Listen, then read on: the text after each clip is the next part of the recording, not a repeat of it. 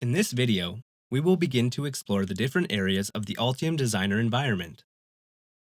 Once the project is open, locate the Projects panel to the left of the window and double-click on the file.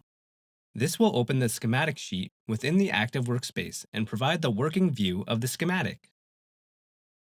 Now, double-click the PCB document to open it. This will open the PCB document within the active workspace and provide the working view of the PCB.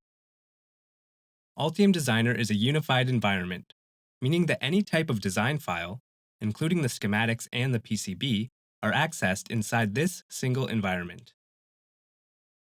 With both documents open, you will now notice tabs in the document bar located at the top of the design space. Click on each of these tabs and observe the workspace change to match the selected document. You can also use the keyboard shortcuts Ctrl-Tab or Ctrl-Shift-Tab to cycle between the open documents. If we open multiple documents to the point where the tabs fill up the entire bar, they will be grouped. We can also configure this grouping method. Click the Preferences icon in the upper right corner. Expand the System branch and select View.